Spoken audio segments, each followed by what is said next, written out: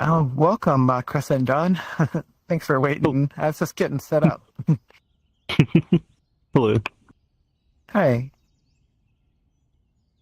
Yeah, and usually people roll in kind of like a few minutes on the top of the hour, so we have a few more people I coming see. in. We'll get started. Awesome. Sounds good.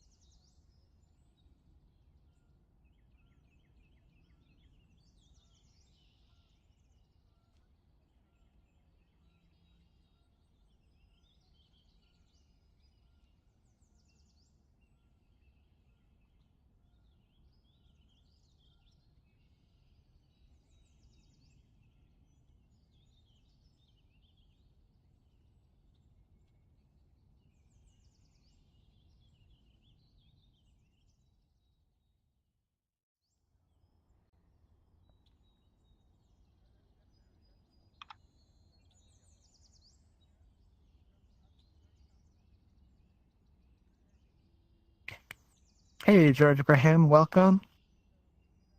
Howdy, everybody. Hello. Hey, Crescent Dawn. How's it going? Good, good. My volume's up a little high. Yesterday, somebody said my microphone was cutting out, so if that starts happening at any point or has been happening, let me know. It's just an over-ear headset, and I don't know why. Sometimes or maybe it was just the person who's talking.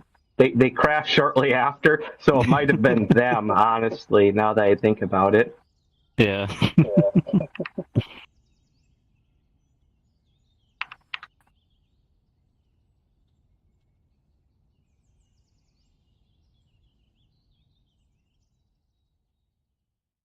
Hey, Scott, you're not streaming yet, are you? Oh, yeah, we do have the stream going and then also in Discord as well. Already? Yep. Yeah, for anybody watching okay. us on the stream. Hello. Okay. No, the reason I asked first is because I had a subject to bring up, but I don't think it's stream appropriate. So that one can wait another day. Oh, okay, sure, I understand. And we can maybe catch up after too, or I know Sim's on their way too, so give it just maybe another minute or so, and then we'll get started and people can drop in as we go. Oh. Hopefully my audio is okay. I have my cutoff set pretty high because I heard sometimes voice gets rebroadcasted through my microphone. I'm trying to prevent that. Yours sounds great. I'm tweaking my threshold because I notice it's activating with other voices, which normally it doesn't. My headphones are almost 10 years old. I don't know. How much longer can I keep using them? I bought new headphones, and new headphones are just not as comfortable, so I end up returning them. Just go back to my old set, but yeah. What were you going to say, Crescent? I was going to say, if they're anything like mine are older than I am, so... They're like inherited. Yeah. Yeah, they're really old, like Bose Pilot headphones that I still use because they sound really good. So. Nice. Yeah. Might have to go on eBay and get me a set. Yeah, they're worth it, honestly. Blue. I'm glad to see you. I know it's been quite the work sprint for you, so glad you get a little bit of downtime and could join. And welcome, KT. Hey. I just snoozed my alarm for an hour and a half. Gotta get it where you can find it, yeah. Well, wonderful. Yeah, let's go ahead and kick things off too.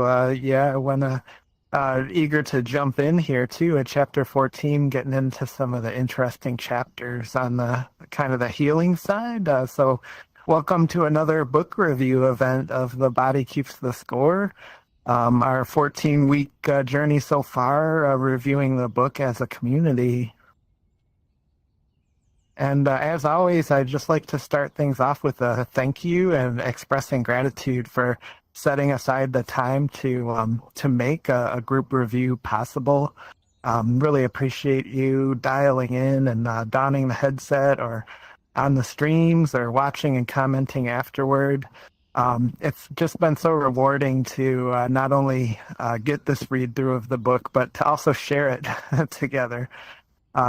This has been something really special. So thanks again for jumping in.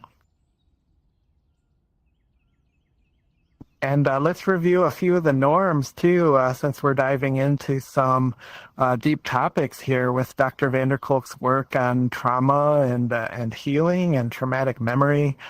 We just want to make sure we set a few norms for conversations and sharing to be a protective and safe and kind environment.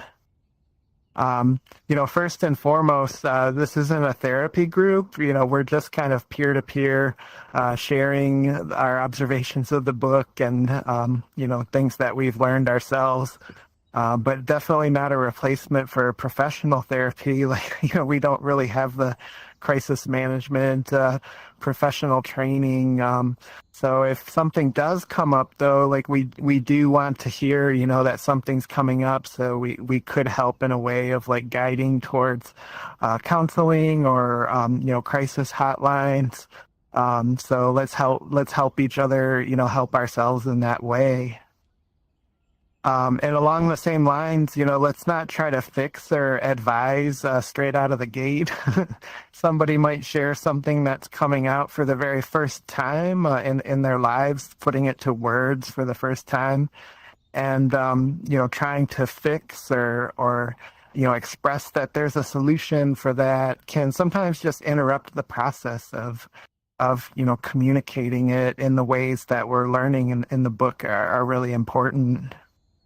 But on the flip side of that too, if you do want advice and to hear what others have experienced, by all means, just mention that in your share that you'd like to hear what others have experienced, and open up kind of a dialogue. INU statement hygiene, it's just always a little bit softer to hear what I think I understand. Versus you said. That can sometimes be, as we learned in the book, it's kind of as traumatic memories and re-experiencing happen, it sort of interrupts our speech centers and it makes it hard to talk. So if we trigger people into a traumatic state through our language, we sort of interrupt the conversation straight out of the gate. And we try to speak, very softly and kind in here to create that kind of space that's conducive for sharing difficult things and brave things. Confidentiality, we're not doing a study here. We're not gathering gossip. It's not our intention to go out and say, you would never believe what came up in this event.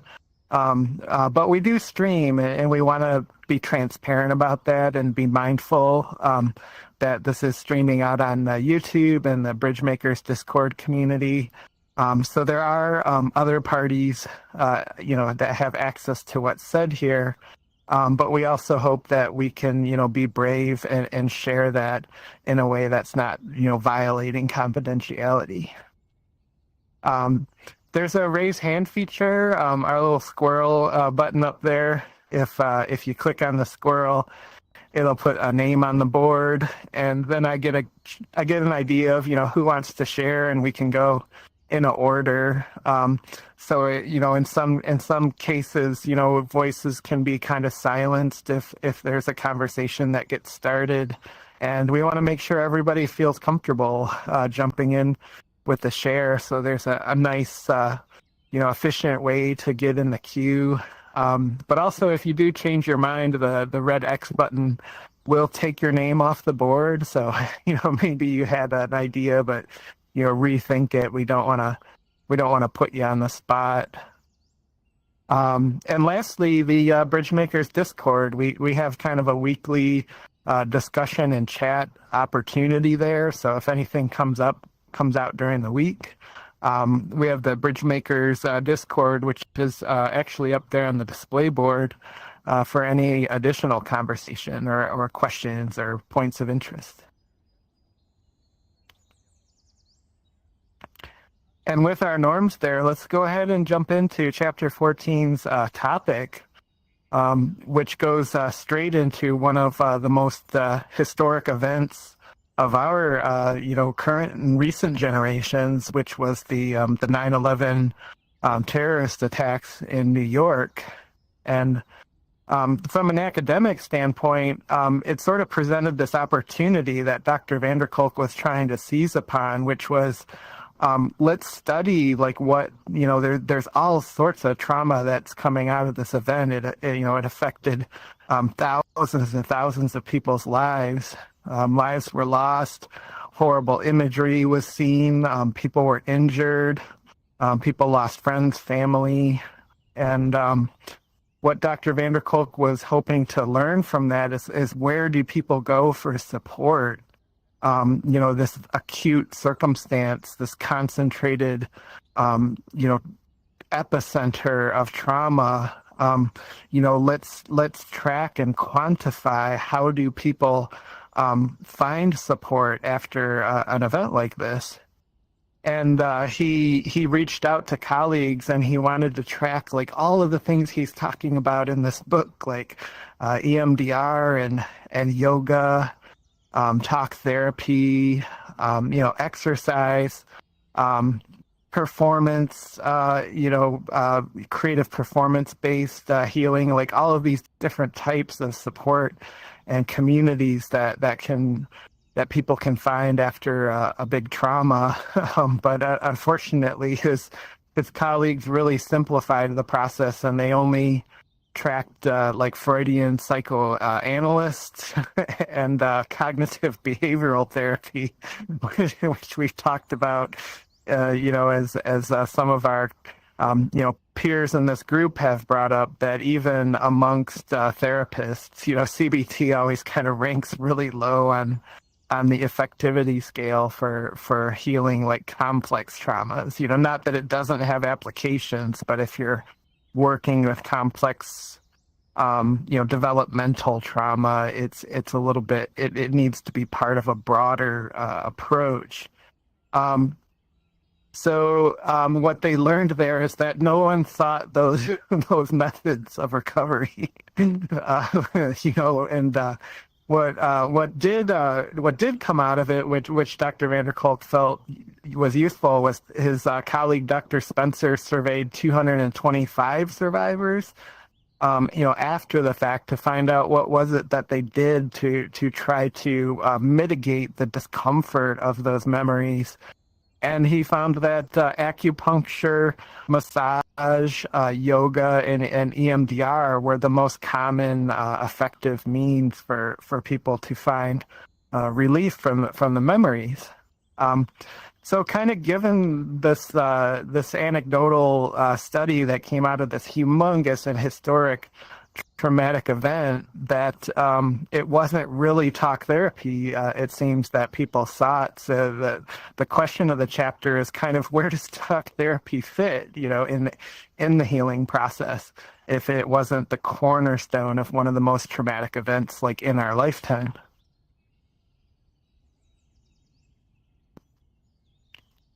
So one of the important parts of talk therapy that Dr. van der Kolk mentions in the beginning of the chapter here is that it's naming. The process of naming something has a power to it, because what it does is it takes something from the abstract, sort of formless, shapeless feeling, and it kind of quantifies it, and it shapes it in a logical way with a name that our brain can then begin categorizing and kind of putting in linear narratives. And what the explanation was for these other forms of therapy being so effective is that, the early traumas of 9/11, they weren't really stories. What they were was images, these horrific images of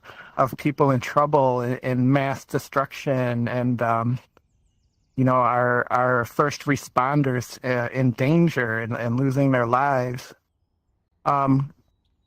So these initial kind of shocking images, got the bodies activated. So these body-based therapies were like a kind of an immediate relief and antidote. But what happens is as time goes by, these traumatic memories, they kind of start getting their stories and their narratives as our memories, enhance and kind of reflect and glue together and make all of these connections, so that the trauma of the event can sort of come back through these stories and narratives in our memories and in our dreams, reoccurring thoughts. Giving that story a name and expressing it is kind of one of the pathways to healing, because as we've learned, traumatic memories, they sort of have this imagery, this disjointed and out of order imagery that they come back in, and they don't really have like a story always associated with them. But the process of talking about it sort of glues it back together in the linear narrative that our minds and our bodies can then process. And there's been studies that have been shown that being listened to and feeling heard and understood actually changes our physiology.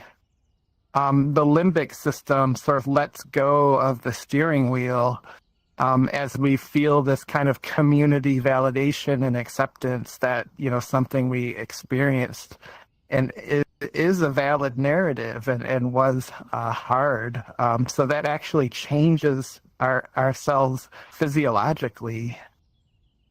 And as we talked about in the past too, the process of rerouting an experience through our speech centers by talking about it, it gives a whole nother part of our brain, like the ability to process the experience that we never had before. So like, our limbic system and our body is like holding this experience without, that larger kind of problem-solving cognitive side of our brain getting a say. So like when we hand it over to our speech center, it's another part of our brain that's now connected into the process and gives us another aspect of how to change the way we feel and think about that event.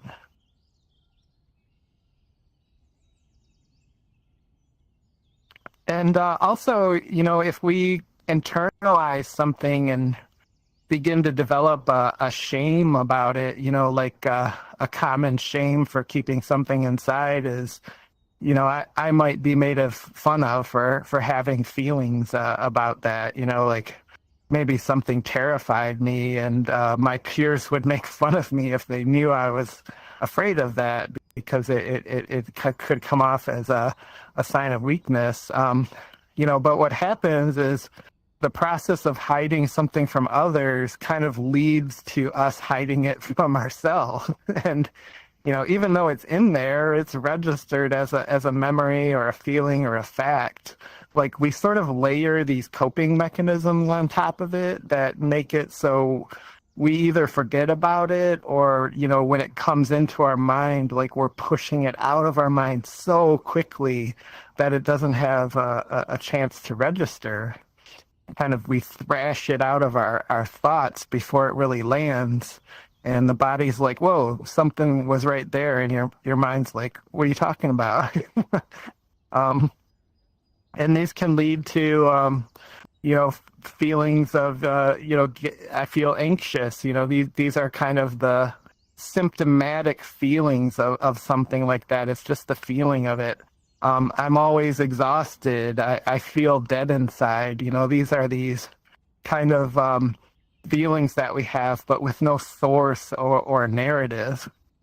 But when you give language to it, it starts changing because now you have like the information to feel, or you know the scale of it, or where to get treatment. Like I was abandoned as a child, you know, like you can kind of see the difference in the language between I feel anxious or I was abandoned as a child. You know, there's kind of two different levels of information in those statements. You know, one's much more actionable.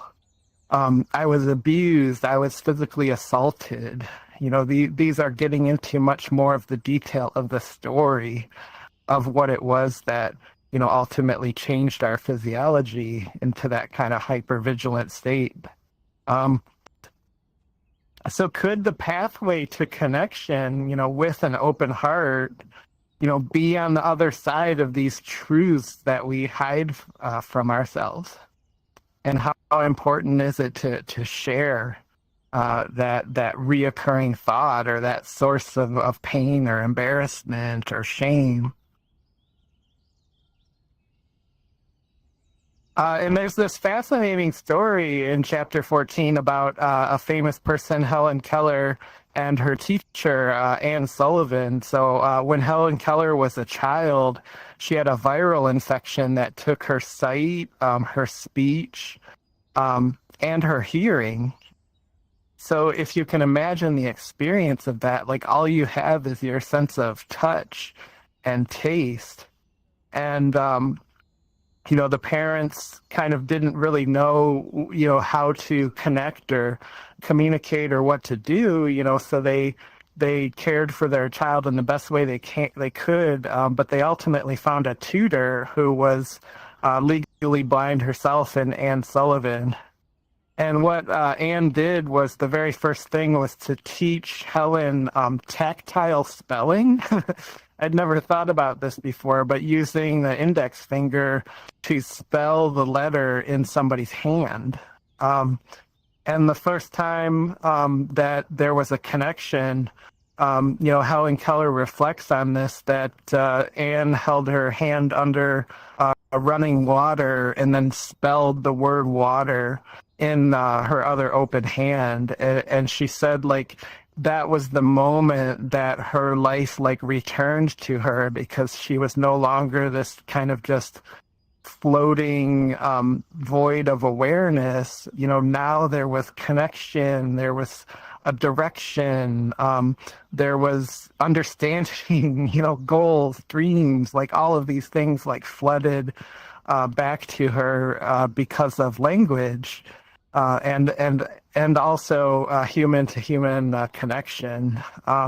So it's a fascinating story. It's much like the Who's rock opera called Tommy, where Tommy goes through a very extreme family abuse event, and he has that trauma reaction of losing sight, sound, and touch. And the story's about, you know, him kind of regaining those senses, but also this enormous like lust for life that sort of becomes this worldwide sensation. And people ultimately abandon him because they feel that when they figure out how simple it is, what he's excited about, they kind of say, there's nothing to see here. You're just excited about life? Like, what does that mean? So it's a really interesting story if you ever see the Who's Tommy or go to the play. But yeah, Helen Keller describes the experience as, you know, this memory of not thinking at all, you know, not even like being alive. And communication opened up that sense of community for her, and then communicating fully in this attuned community now, you know, family and her teacher. It was the opposite of the trauma, you know, the complete opposite. So yeah, if you can find that trust and that compassion and that community, it's a huge part of the path.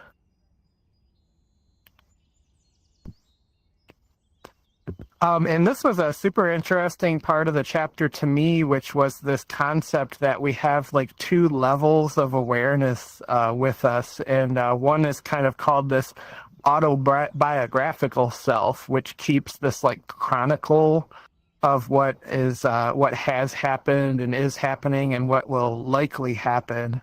And then there's like a present self, and the present self doesn't really see things chronologically. It just sees like, how do I feel about something? And what's interesting about these two parts of ourselves is in talk therapy, when we use speech to convey something that happened to a therapist, for example, it snaps us into that autobiographical self. And when we're in our autobiographical self, it's hard to have the present self, mutually parallel with the experience. So you'll find in talk therapy a lot of times, I mean, even going back to Sigmund Freud, like, how does that make you feel? Because the professionally trained therapist is trying to get us back to our present self to really discover the present self side of our awareness is the one that can facilitate change, because it's the one with keys to the feelings. Like, how do we feel about things often informs our actions. So if we really want, life change and trauma healing, it's important to rediscover that present self that can often get lost in the narrative of trauma. So a fun little anecdote about like understanding the difference of the two is like the autobiographical part of our brain is kind of like the logic side of our brain. Like what's the most important thing? So like if you find a batch of acorns while you're out, looking for food, your feeling is excitement. You find this food, but what do you tell others? You just tell them where the nuts were. Hey, there's nuts over here. You're sharing the important like survival information, because your autobiographical brain is like, that's the most important part. Where did you find the nuts?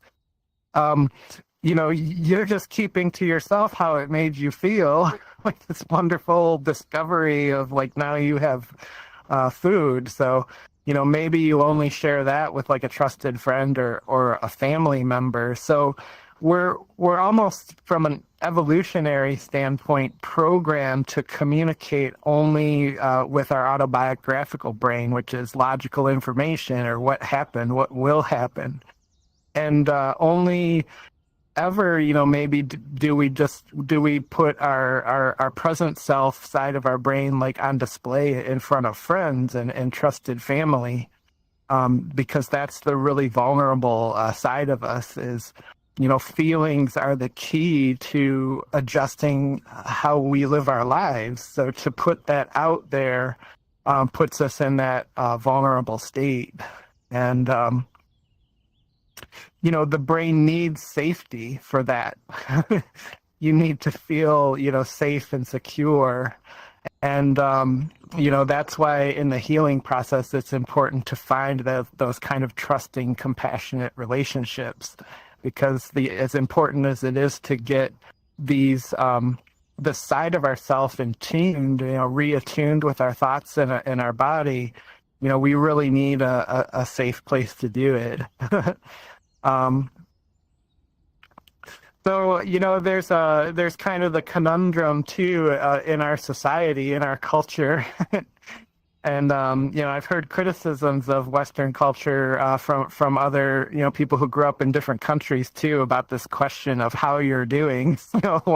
Why do we ask each other how we're doing? And, when the expected answer is probably just like, fine, how are you? Or, it's like, is it a question or is it a greeting? That's always the conundrum that comes up. And, to understand that conundrum a little bit better, we kind of come back to this concept of autobiographical brain versus present self. If I ask, how you're doing, and I'm expecting the response of just fine, how are you? Like I'm just connecting with the autobiographical brain, like what like let's start a conversation essentially. But if I really want to know how you're doing, did you get enough sleep last night? Are you hungry? Is there something on your mind? Is work driving you crazy? That, how are you doing? That's a real present self to present self connection.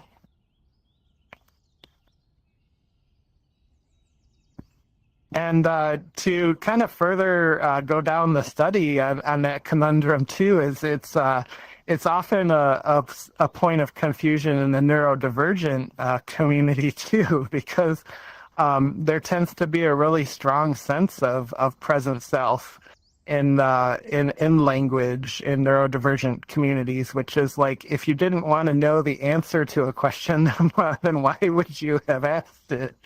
If you ask somebody, how are you doing? And you start getting a life story, and it's confusing, it's probably equally confusing on the other side as well. And there's a famous album by Daniel Johnston where he titled the album, Hi, How Are You? Because it's that quintessential, question, which side of the debate do you fall on? Are you really asking, or is it a greeting? And, if we're starting a conversation, the answer is just, I'm fine. Are we sharing? I can't stop thinking about losing my friend. That's my answer. Are we connecting? I didn't sleep last night because the power went out. So it's a really interesting, part of our culture to stop and think about this concept of just a standard greeting versus fully connecting human to human.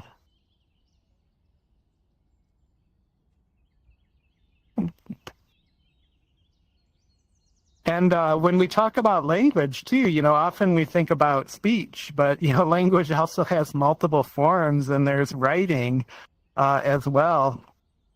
And there's lots of information in the book about how journaling can also be a component of healing, because as we write or as we type, different kind of aspects are on the table of ourselves. We have more access of our internal selves, that kind of self-aware self.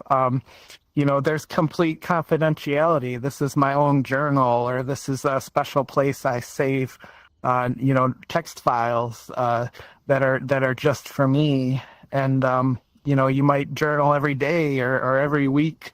And Dr. van der Kolk expressed that in rereading some of these journals, there can be these like clues that, we have these like coping mechanisms we talked about earlier, where you can kind of push feelings away. But when it's on paper, it's like kind of etched in stone, and you sort of have to sit with it. And, maybe that feeling brings some discomfort. But that's the way to bring up the discomfort, to start getting the keys to the kingdom and changing how we feel about it, because we're holding space for it.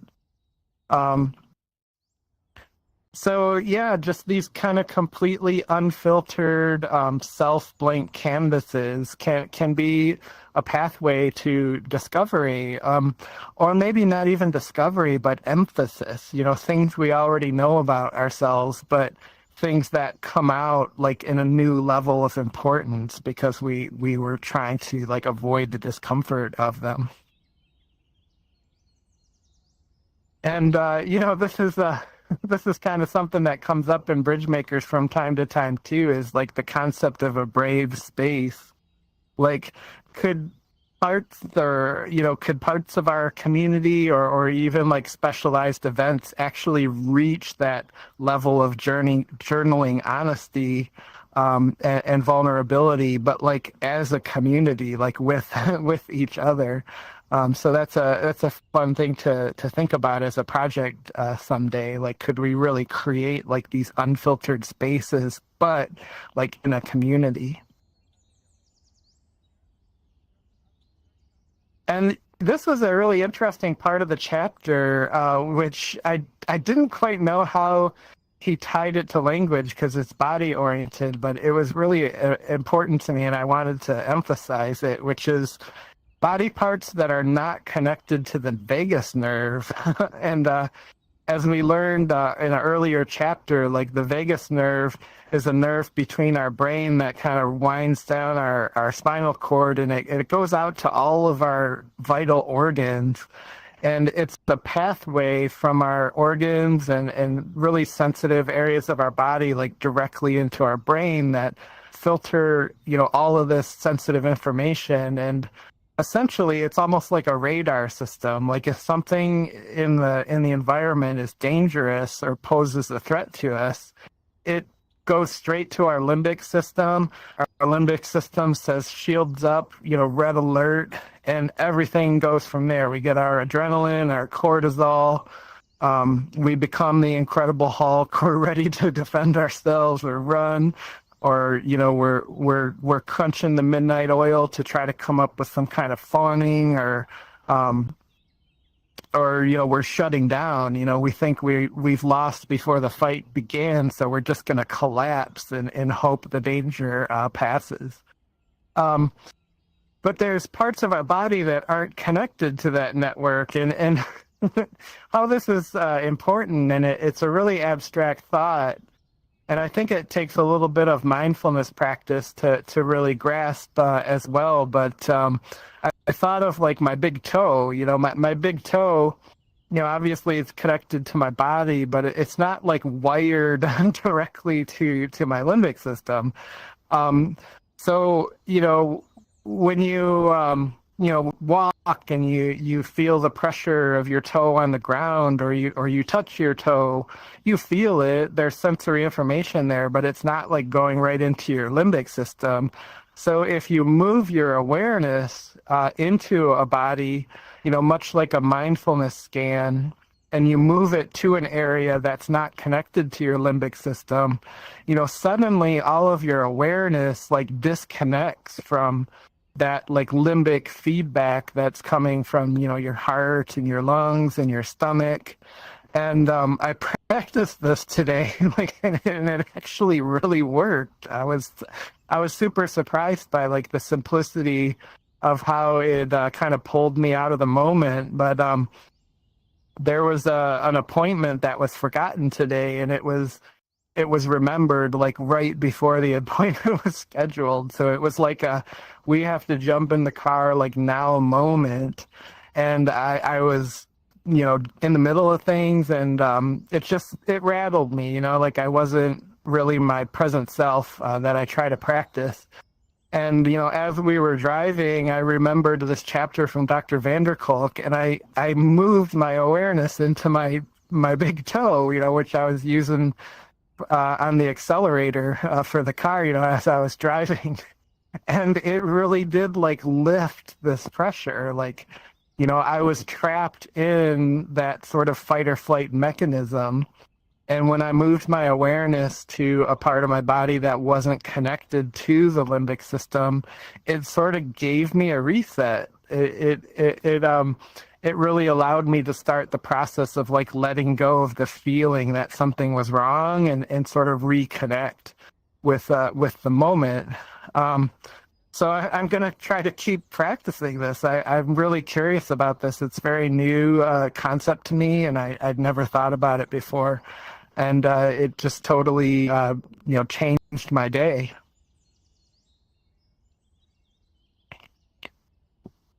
But there's, of course, to be transparent, like we want to talk about the limitations as well of language.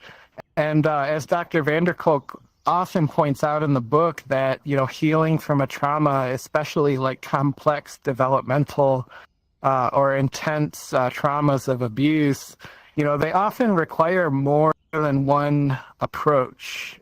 So it's talk therapy may work. It may be the only thing that a person needs to sort of start on their journey. It may not work at all. It might do the opposite and re-traumatize in a worse way. all of this discomfort.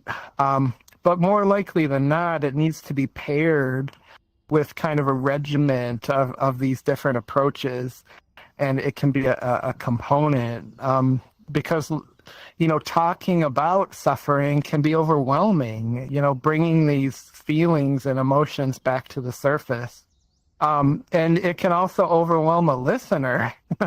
that's that's a really difficult experience, to share something really vulnerable with somebody, and then maybe they say, like, I'm going to need a break, or, you know what, it's too much for me, or even worse, like, why does that even bother you, or something that invalidates, like, your experience and your feelings.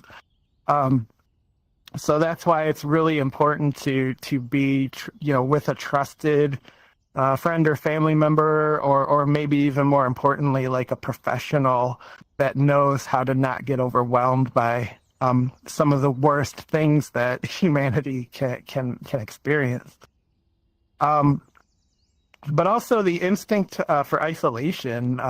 Traumatic experiencing often gives us feelings of, like, not deserving or being unlovable or broken, and to not face that rejection, you kind of beat it to the punch, right? Like, you just avoid connection, because if there's no connection, then there's no potential for being abandoned or rejected or ridiculed. So it can be a motivation to not share, to not talk, to kind of avoid that fear of, or to kind of lean into that fear of rejection. Also, traumatic memory impacts the speech center. So biologically, when we get a traumatic trigger, we trip over our words or can't find the right way to articulate it. So that's one of the insidious parts of trauma, is that the trauma itself becomes an interrupter of the pathway of getting it out. Evading anything that pushes, anything that causes a trigger. So, like, pushing away the memories, or just avoiding scenarios that might remind us of it. And this was a big struggle for me. Like, I became like an emotional jujitsu practitioner, and whenever anything was coming up that was causing this discomfort, like, I just had these moves to push it so far back down that I didn't really feel like I had to deal with it, but I didn't really understand what I was doing was prolonging the suffering by, like, avoiding it with these coping techniques. But it's those stillness moments that were really tough, like waiting in a line, or sitting, like, at a traffic light, or being on hold when there's no, like, hold music or something. It's those moments that the body's like, oh, you're not doing anything, how about all of this? And I was like, yeah, push that back down. And that was a lifestyle for me until I learned, to embrace the discomfort, and that it was part of the healing process, with a lot of community support and professional help. And confusion is the another aspect of the limits of language.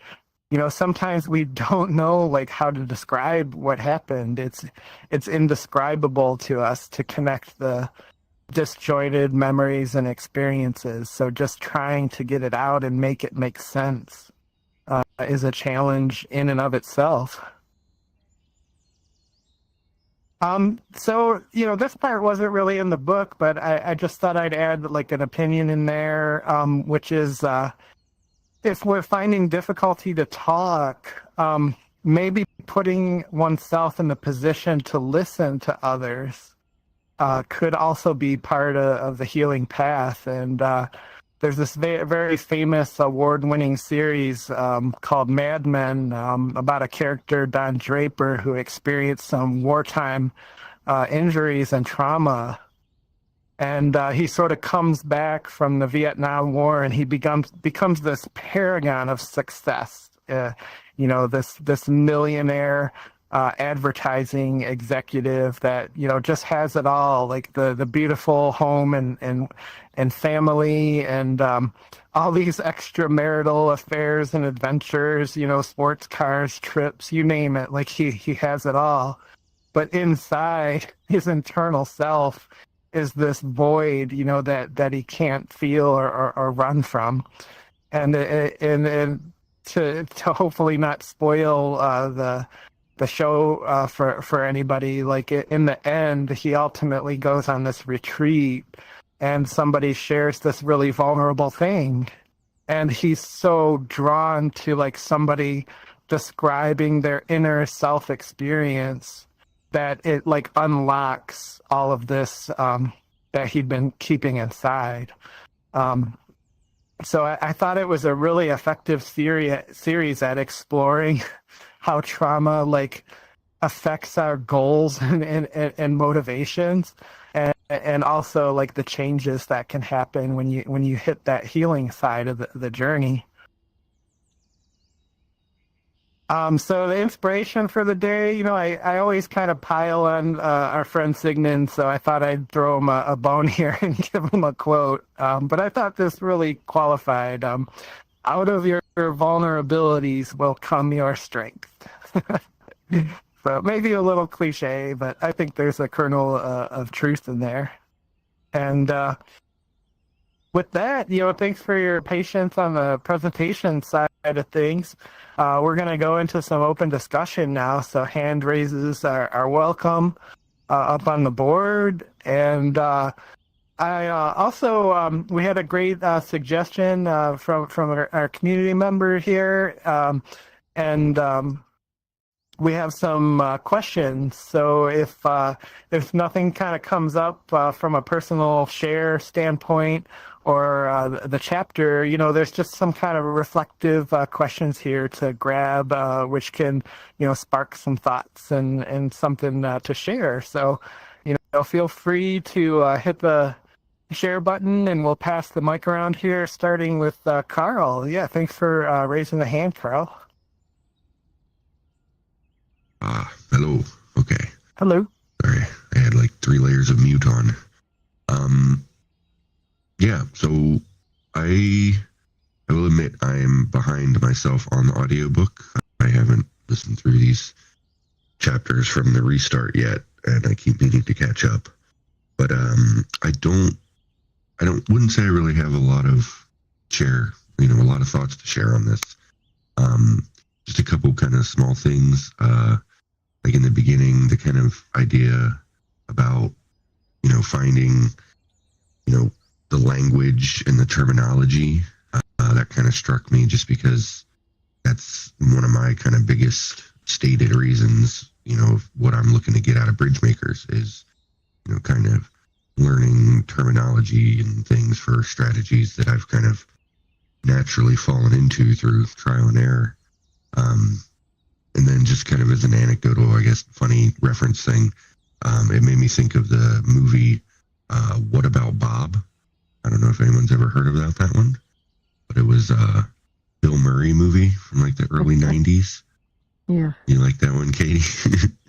And in the beginning of it, though, he's like going to see his therapist, and he's got like this mantra he's given him where he's just kind of just chanting to himself while he's traveling, like, I feel good, I feel great, I feel wonderful, I feel good, I feel great, I feel wonderful.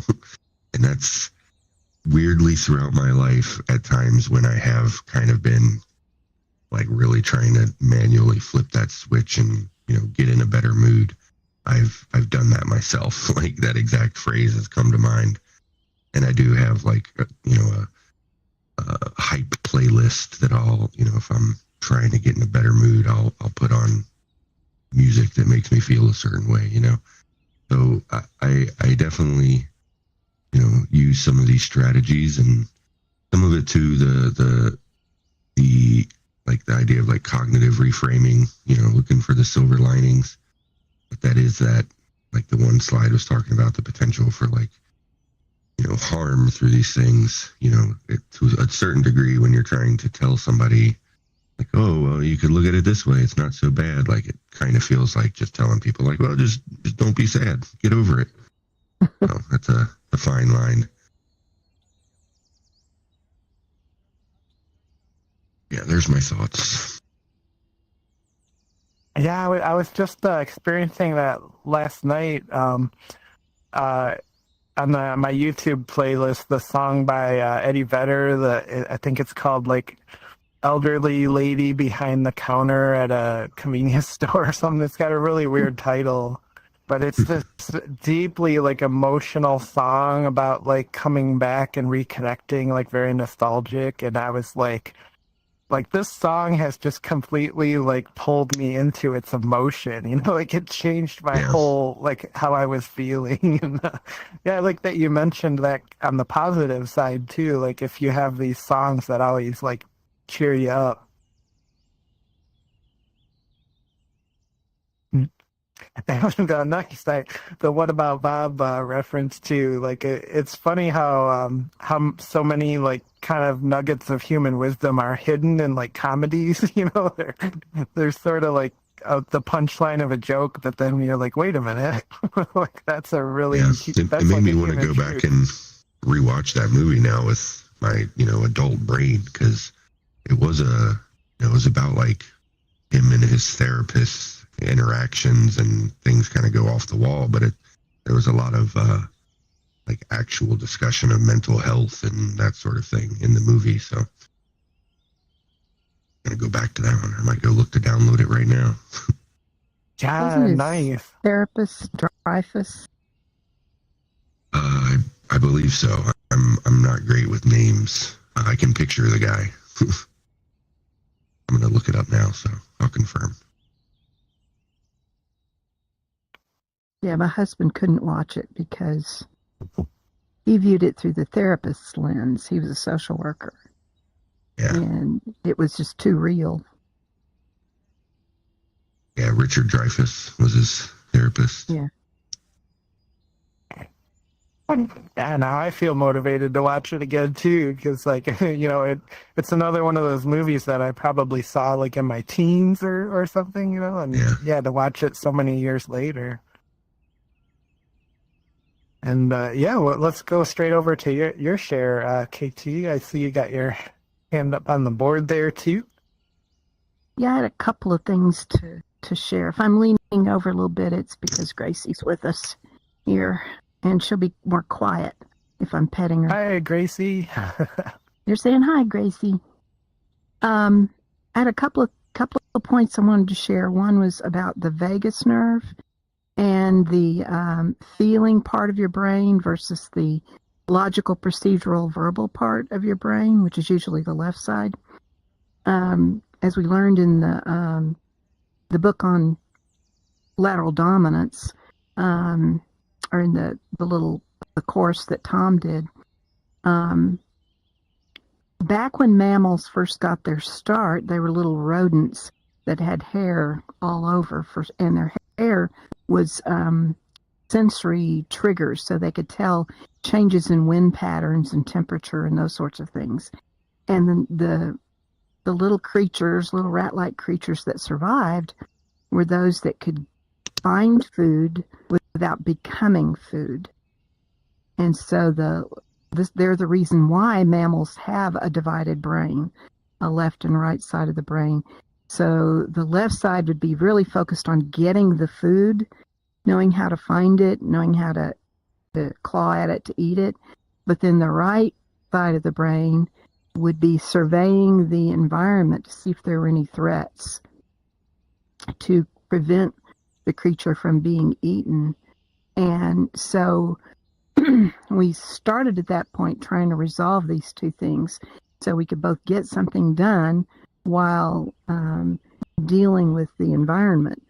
And all of those hairs came in as triggers. And I think the vagus nerve is a vestige of that. We've evolved quite a bit, over the millions of years since then. And it still tells us, your gut feelings tell you when you're not safe, when something comes up in the environment. And so I think that's where that came from. And the fact that we have the dual sides of our brain allows us to do both things.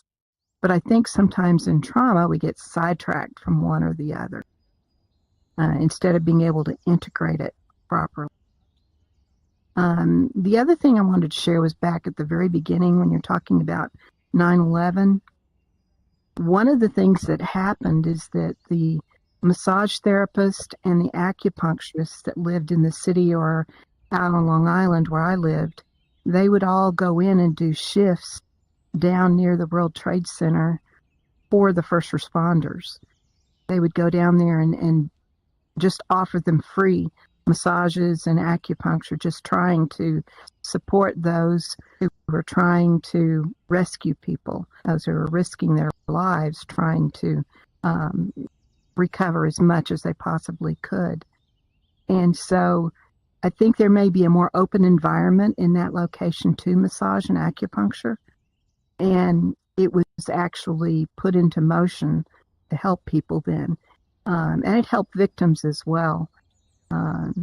But it was just a thing back then. You know, you knew that your massage therapist was going to not have any appointments on Thursday because they were going to be down in Manhattan helping folks there. And so it was a thing during 9/11. So that was just the 2 points I wanted to share.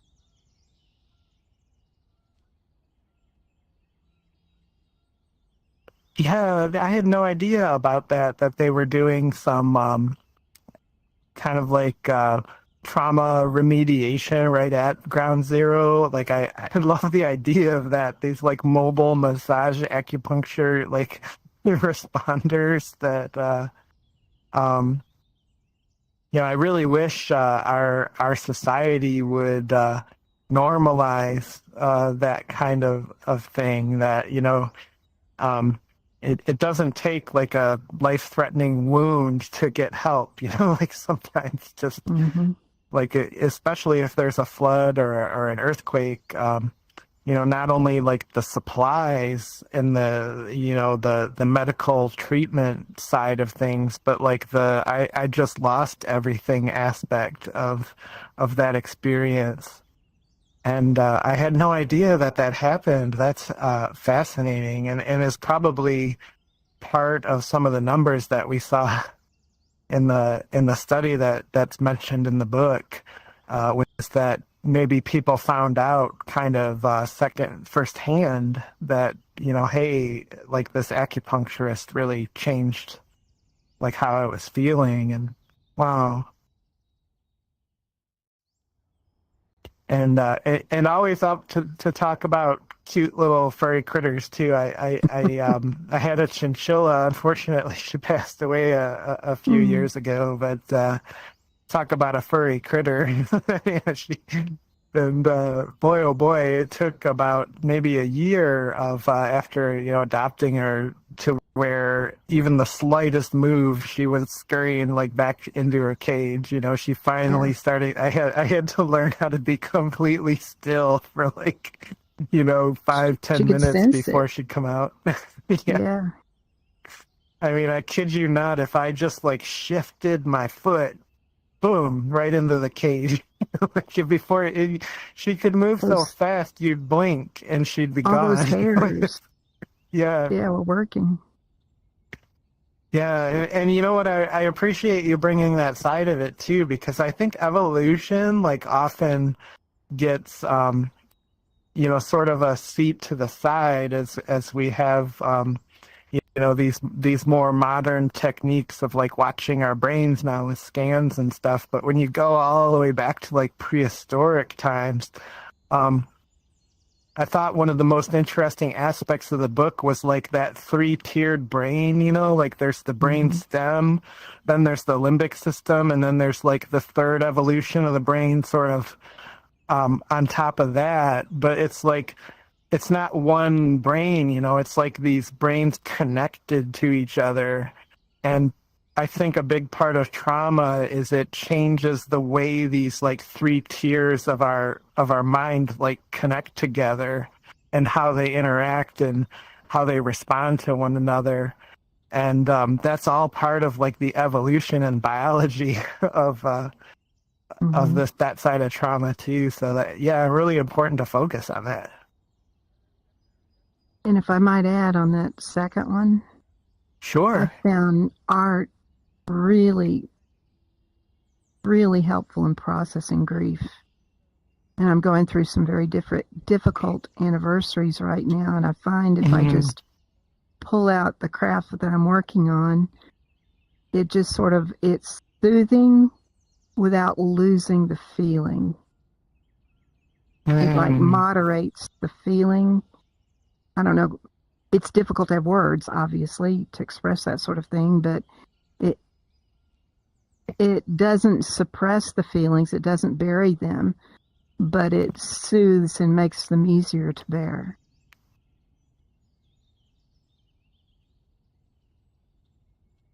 Yeah, I'm right there with you too on the creative side, and I'm glad you found that, especially as these things are coming up and coming around.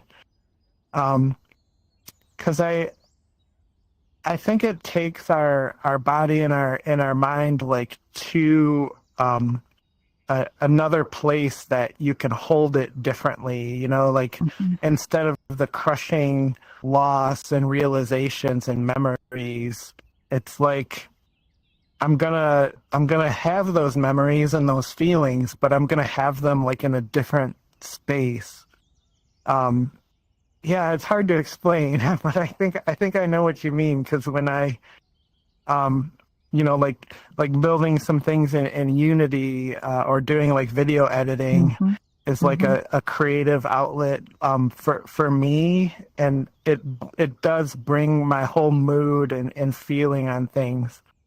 And when you combine that with a really heavy grief and almost like a purposefulness, like a ritual, like I am creating, you know, for this feeling. Or this memory, I do think that's a really powerful action. Yeah, nice. Thank you for taking one of the prompts too. Yeah, it's just something I think we're going to start doing, is having a few reflective questions that are optional. And yeah, just reviewing the board, and let's see, anybody commented on the stream. Nothing there yet that I see from anybody watching. But yeah, I don't see any new hand raises, and it's not a requirement to share. You know, we don't pressure people to raise their hand or have any comments, but what I do like to do is just hold a little bit of extra space at the end in case, you know, somebody was on the edge of feeling like they might want to share, because it can sometimes take encouragement or permission. And you by all means have my permission to share. Like you don't have to have like Mr. Miyagi profoundness in your share. You know, I just like to hear your voice and your thoughts too. So yeah, but with that, you know, maybe we did cover all the aspects of chapter 14 for our community. So we will be back next Thursday, the same time, and the next chapter is all about EMDR, which KT, you gave us a really good insight to EMDR. So we're going to do the deep dive next week on or what's the E stand for? It's motion desensitization. Eye movement. Yeah. That's right. Eye movement desensitization therapy. Wow, that is a tongue twister. I'm glad they have an acronym. Oh, simulations, I see your hand raised now, and I'm so happy to see it there. If I could give you the camera, I'd love to hear your thoughts. Yeah, I actually wanted to answer the last question on the slide. So I feel like certainly.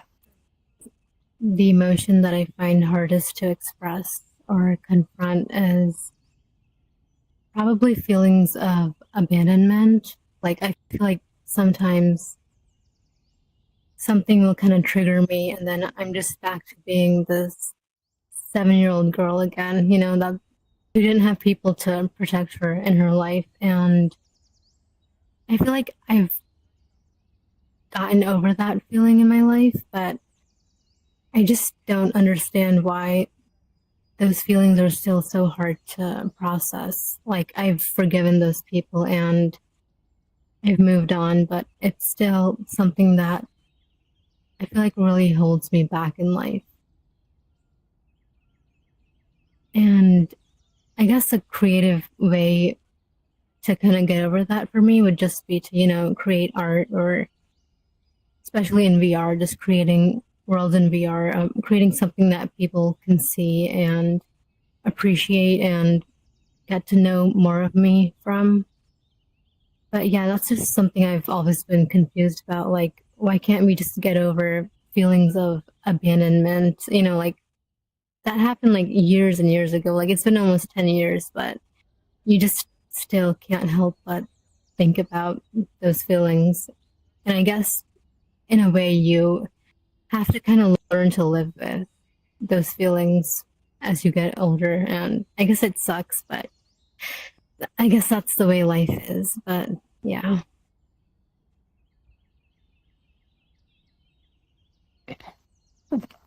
Yeah, thank you for sharing so much. I appreciate you putting that kind of on the floor for everyone to reflect on in context to ourselves. And yeah, George Braham, I'm seeing your text note there too. Very powerful feelings, right? Like, those are abandonment, failure, shame. These are incredibly like emotive words and feelings. And, they often come with that discomfort, that wave of like, this doesn't feel good. Like, how can I make this feeling like, wash away? And, that's where the coping mechanisms, like myself, I talked about the emotional jujitsu. How do I push that memory to the side before it really lands? And I kind of have to go through the whole process, or maybe I can eat a gallon of ice cream and that will just be the thing that, pushes that discomfort away. Or, we even talked about in the earlier chapters of the book, like self-harming, right? Like, these are like the reasons behind that behavior, because something is either so overwhelming in the way it feels, or we forget how to feel and we go to extremes to kind of reconnect. So I can relate to that, because when I do have those trauma triggers, it's like in walks 7-year-old grumpy boy. you're gonna get that, toddler version of me with all of my toddler tools for handling the situation. And that's why big toe realization, this morning is kind of a big deal for me, because it was like, it sort of snapped me out of that out of that behavior. But also finding the words. I was thinking about this last night. Like, I might describe my trauma as parental neglect, parental like emotional neglect. But I always had a problem with that, and I think I finally discovered why. Because like, I don't think neglect is kind of a choice, right? Like, they're choosing, and my parents, like, they didn't choose to neglect. Like, I think what I would describe my personal trauma is a lack of parental support due to generational trauma that caused parental burnout. Like my parents were dealing with their own trauma, which didn't give them like the energy and emotional space to deal with a developing, boy that was kind of beginning his path of trauma. So I really, I love that you expressed like the forgiveness part of the traumatic path, because like I hold zero ill will or blame towards my parents. Like it's just the pragmatic reality of like how I was brought up. And when I did get the courage to talk to my mom about this, very recently, we started having deep conversations. She has been supportive, like beyond like my wildest expectations. Like I've discovered like a whole new love, like for my mom that, I didn't want her to feel blame. So I never told her, but, my mom might not be here, all the time, so I want to make sure like we knew each other before facing that. So I opened up to my mom, and it's been one of the most rewarding experiences of the healing path. So sorry, I think I kind of trounced all over your statements with my own observations, and I hope it didn't feel that way. It just moved me, and that was kind of the part for me that came out of that. And Crescent Dawn, I see your hand on the board too. I'd like to send the camera over to you, and looking forward to your share. So, kind of going off of prompt number 3 of how my body holds on to emotions and memories. My body kind of holds on to memories via emotions, if that makes any sense. Like, for context, where I'm from and the environments that I'm constantly working in, failure is usually very unacceptable or very heavily scrutinized. So I assign very strong emotions towards failure. And going off of that, right, it's a matter of making sure that these failures don't repeat themselves ever again. Not out of like sheer I feel that need. It's just the environment that it's in, where it's absolutely mission critical that there are no failures or that they are minimized as heavily as possible. And so, like, what I've always kind of been prone to is abandoning, like, physical care for the sake of just getting it done. And I've been doing that since I was about 7 years old, and it's not great or healthy by a long shot. But, just that's kind of the way my body holds on to memories, is it turns failure into emotions, and then those emotions take attacks on the body, and then in order to avoid the cycle of my body is constantly deteriorating, I need to avoid failures even more. So then I strive to do better, and then rinse and repeat. And as far as the release aspect goes, the release happens usually whenever a failure doesn't repeat itself, in the sense that it's, a success, right? And then so I no longer feel that burden of strain or stress on myself. And that's not just me, that goes for quite a few people out where I'm at, and just kind of, again, the nature of the environments of working in those type of fields in the first place. And I feel on the few times that I have talked with people about it in real life, that emotional release is very common, of you only feel great after, it's confirmed successful. And yeah.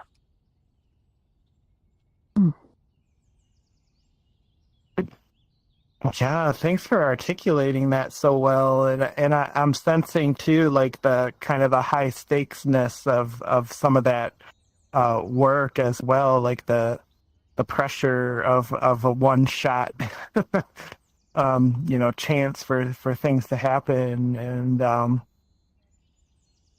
if I could be so bold, I attempt to not try to violate the norms that I professed in the beginning. I hope I'm not, because I try to talk about it in like my experience, like to share like my version of what connects me to that feeling of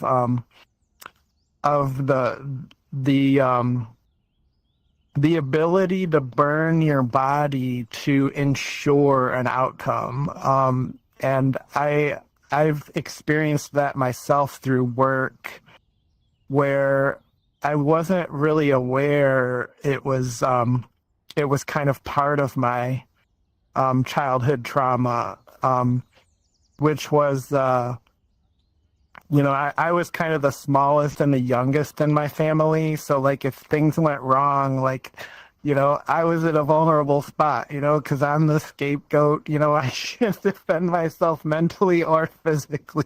And I'm talking like by a mile, like my sister was 8 years older than me. So like, I think I was maybe 13 when I was finally like able to fight back. So it was a lifetime. And my birthday is September. So I was always the youngest person in every classroom I walked into as well. So like, I've just lived life as this kind of runt.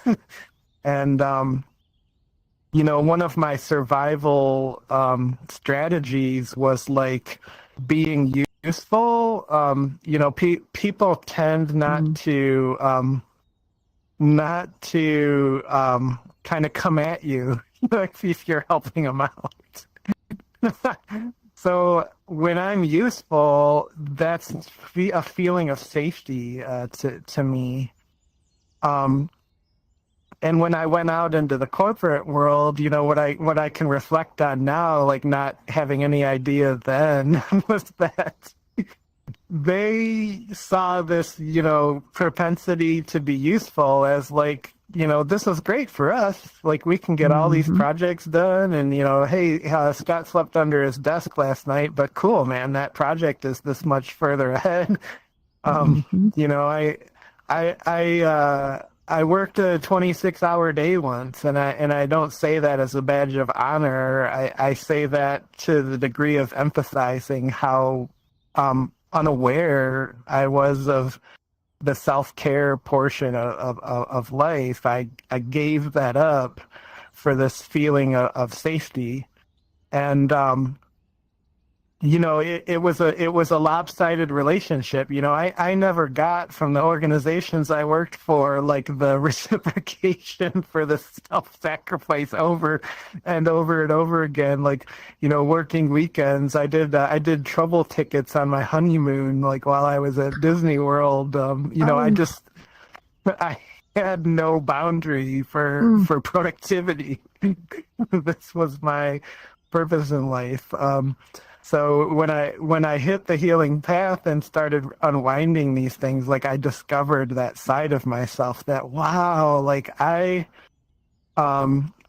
sometimes work and I haven't gotten out of my chair for 6 hours, like how can I keep having these sprints without really the realization? So I started setting like alarms for myself, which is just are you maybe it's time to check in. Are you kind of overextending it a little bit? Because I don't have the radar even for it yet to catch myself, and it's a work in progress, and I don't know if it's relatable or in context to what you shared, but I thought it kind of prompted me to explore that part of what I'm experiencing too, and I really appreciate that.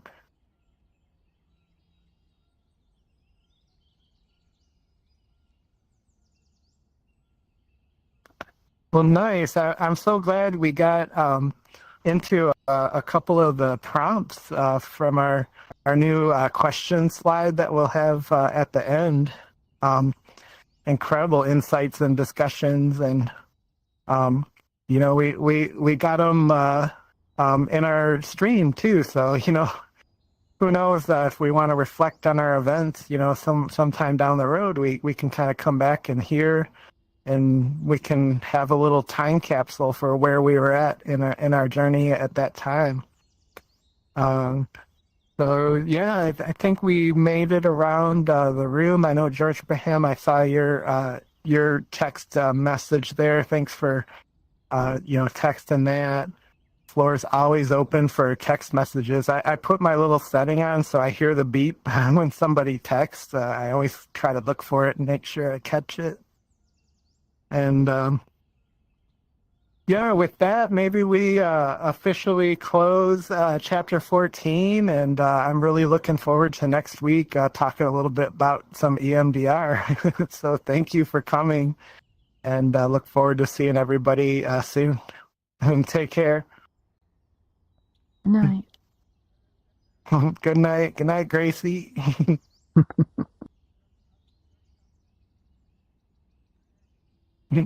I'll put our volume back on normal here too, and kick Ricky Ricordo. So we'll consider the stream officially stopped. Thank you to anybody who watched the stream with us. Really appreciated you being here.